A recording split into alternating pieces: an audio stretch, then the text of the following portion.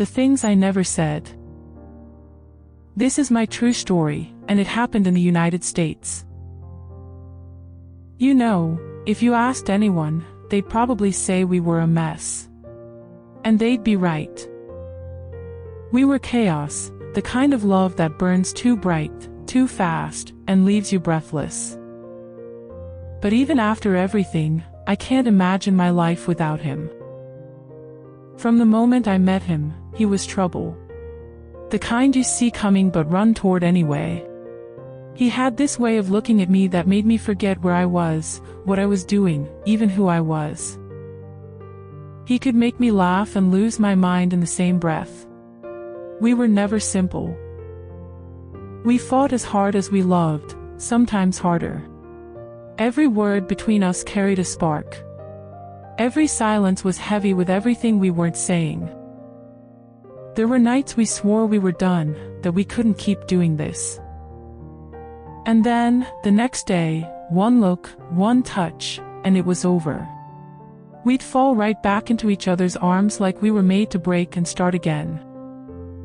People like to talk about perfect love, quiet, peaceful, safe. Ours wasn't that. Ours was wild, unpredictable, too much and never enough. He'd pull away, I'd pull him closer. We'd say things we didn't mean just to hide the things we couldn't say out loud. And me. I pretended I didn't care. I told him I'd stopped loving him, told myself the same lie over and over. But here's the truth I could never admit: when I said I didn't love him, it's because I wanted him so much it terrified me. He had my heart in his hands, and I didn't know how to live with that kind of power. I've always been the girl who keeps control, calm, collected, unshakable. But with him, all of that disappeared. One smile, and I was done for. There were nights I'd lie awake, thinking about him, about the way he laughed when he was trying not to, about the way his eyes softened when he looked at me like maybe he saw something worth loving there. And I'd tell myself, don't call him. Don't text him. But I always did. Always. I'd rather fight with him than feel peace with anyone else. That's how bad it was. Or maybe that's how good.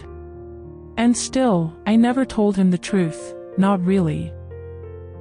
Because saying, I love you, would mean handing him every piece of me, letting him see the parts one hide from everyone else. It would mean admitting that he could destroy me, and I wasn't sure I'd survive that.